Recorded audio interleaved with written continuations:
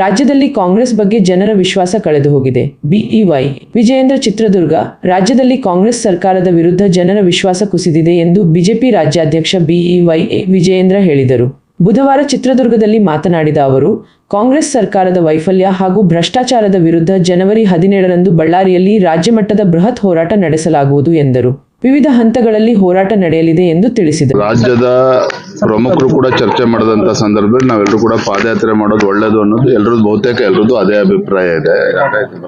ಆದ್ರೂ ಕೂಡ ವರಿಷ್ಠರ ಜೊತೆ ಚರ್ಚೆ ಮಾಡಿ ತೀರ್ಮಾನವನ್ನು ತೆಗೆದುಕೊಳ್ಬೇಕು. ನಾನು ಈಗಾಗಲೇ ನಮ್ಮ ಪಕ್ಷದ ಹಿರಿಯರಿಗೆ ವರಿಷ್ಠರಿಗೆ ದೆಹಲಿನ ಮಾತನಾಡಿದ್ದೇನೆ. ಇವತ್ತು ನಾಳೆ ಒಳಗೆ ಅದ್ರ ಬಗ್ಗೆ ಸಂದೇಶ ಮಾಹಿತಿ ಬರ್ತದೆ.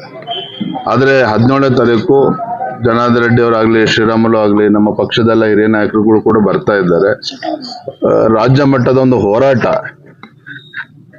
ಯಾಕೆಂದ್ರೆ ಈ ಕಾಂಗ್ರೆಸ್ ಸರ್ಕಾರದ ವಿರುದ್ಧ, ಈ ಕಾಂಗ್ರೆಸ್ ಸರ್ಕಾರದ ವೈಫಲ್ಯಗಳು, ಭ್ರಷ್ಟಾಚಾರ ಏನು ಇವತ್ತು ರಾಜ್ಯದಲ್ಲಿ ಒಂದು ರೀತಿಯ ಅರಾಜಕತೆ ಸೃಷ್ಟಿಯನ್ನ ಮಾಡ್ತಾ ಇದೆ ಕಾಂಗ್ರೆಸ್ ಸರ್ಕಾರ. ಇದೆಲ್ಲದರ ವಿರುದ್ಧ ಇವತ್ತು ರಾಜ್ಯದಲ್ಲಿ ರೈತರ ಸಮಸ್ಯೆ ಇದೆ, ಡ್ರಗ್ಸ್ ಸಮಸ್ಯೆ ಇದೆ.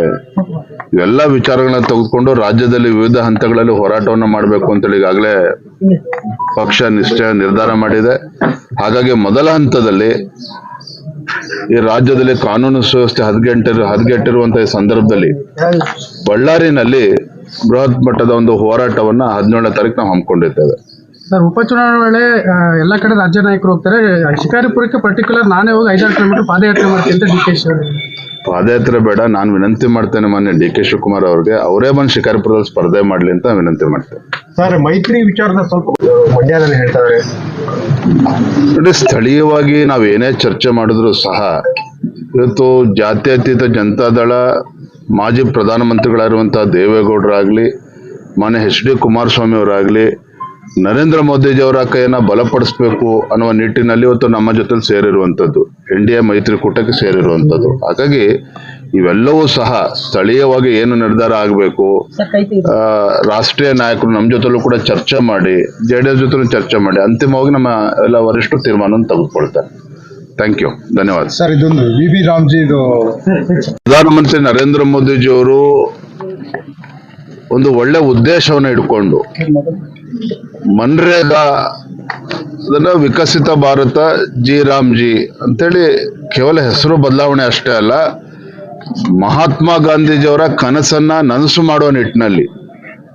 ಯಾಕೆಂತ ಹೇಳಿದ್ರೆ ಗಾಂಧೀಜಿಯವರ ಕನಸು ಗ್ರಾಮ ಸ್ವರಾಜ್ಯ, ಗ್ರಾಮಗಳು ಅಭಿವೃದ್ಧಿ ಆದಾಗ ಮಾತ್ರ ದೇಶ ಅಭಿವೃದ್ಧಿ ಆಗುತ್ತೆ ಅನ್ನೋ ಒಂದು ಚಿಂತನೆ ಮಹಾತ್ಮ ಗಾಂಧೀಜಿಯವ್ರದ್ದು. ಪ್ರಧಾನಮಂತ್ರಿ ನರೇಂದ್ರ ಮೋದಿಜಿಯವರು ಸಹ ಏನು ಕಳೆದ ಹಲವಾರು ವರ್ಷಗಳಿಂದ 2006ರಲ್ಲಿ ಇವತ್ತೇನು ಮನ್ರೇಗಾ ಅಂತೇಳಿ ಪ್ರಾರಂಭ ಆದಂತ ಈ ಒಂದು ಯೋಜನೆ ಹಗರಣಗಳು, ಭ್ರಷ್ಟಾಚಾರ, ಆ ಬಡವರಿಗೆ ಹಣ ತಲುಪದೇ ಇರುವಂತದ್ದು, ಹಳ್ಳಿಗಳಲ್ಲಿ ಗ್ರಾಮೀಣ ಭಾಗದಲ್ಲಿ ಅಭಿವೃದ್ಧಿ ಆಗದೇ ಇರುವಂತದ್ದು, ಯಾವ ಗುಂಡಿ ತೋಡ್ತಾರೋ ಅದನ್ನೇ ಮುಚ್ತಾರೆ. 10 ಜನ ಕೆಲಸ ಮಾಡಿದ್ರೆ ಕಾರ್ಮಿಕರು ಬಡವರು 100 ಜನ ಮಾಡಿದ್ದಾರೆ ಅಂತೇಳಿ ಲೂಟಿ ಮಾಡುವಂತ ಕೆಲಸವೂ ಕೂಡ ನಡ್ಕೊಂಡು ಬಂದಿದೆ.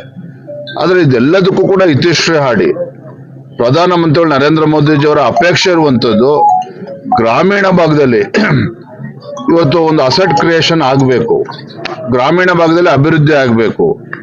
ಕೃಷಿ ಚಟುವಟಿಕೆ ನಡೆಯುವಂತ ಸಂದರ್ಭದಲ್ಲಿ 60 ದಿನಗಳ ಕಾಲ ಇದಕ್ಕೆ ಅವಕಾಶ ನೀಡಿದ್ದಾನೆ. ಯಾಕಂದ್ರೆ ರೈತರಿಗೆ ಅನಾನುಕೂಲ ಆಗ್ತದೆ.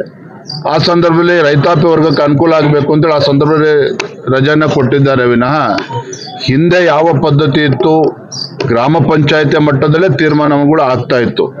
ಈಗಲೂ ಕೂಡ ಮುಂದಿನ ದಿನಗಳಲ್ಲೂ ಕೂಡ ಅದೇ ಆಗುವಂಥದ್ದು. ಆದ್ರೆ ಕಾಂಗ್ರೆಸ್ ಪಕ್ಷ ಇವತ್ತು ಸಿದ್ದರಾಮಯ್ಯನವರು, ರಾಹುಲ್ ಗಾಂಧಿ ಅವರು ಇದನ್ನೇ ಅಪಪ್ರಚಾರ ಮಾಡಿಕೊಂಡು, ಯಾಕೆ ಅಂತ ಹೇಳಿದ್ರೆ ಇವತ್ತು ರಾಜ್ಯದಲ್ಲಿ ಕಾಂಗ್ರೆಸ್ ಬಗ್ಗೆ ಜನರ ವಿಶ್ವಾಸ ಹೊರಟೋಗಿದೆ.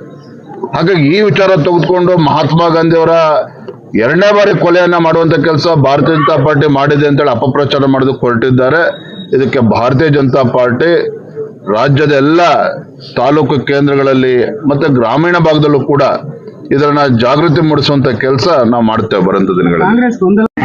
ಒಬ್ರು ಮುಖ್ಯಮಂತ್ರಿ ಕುರ್ಚಿ ಉಳಿಸ್ಕೋಬೇಕು ಅನ್ನುವ ಆ ಕಾತರದಲ್ಲಿ ಅವರಿದ್ದಾರೆ. ನನ್ನ ತಾಳ್ಮೆನ ಕೆಣಕಬೇಡಿ, ನಾನ್ ಮುಖ್ಯಮಂತ್ರಿ ಆಗ್ಬೇಕು ಅಂತ ಉಳಿದವರು ರೆಡಿ ಆಗಿದ್ದಾರೆ.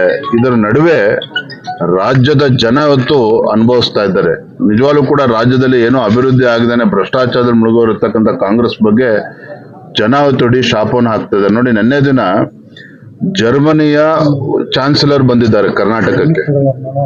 ಜರ್ಮನಿ ಅಂತೇಳಿದ್ರೆ ಅದು ಕೂಡ ಒಂದು ಆರ್ಥಿಕ ಶಕ್ತಿ, ತಂತ್ರಜ್ಞಾನಕ್ಕೆ ಒಂದು ಮ್ಯಾನುಫ್ಯಾಕ್ಚರಿಂಗ್ ಹಬ್ ಆಗಿರುವಂಥದ್ದು ಆ ದೇಶ.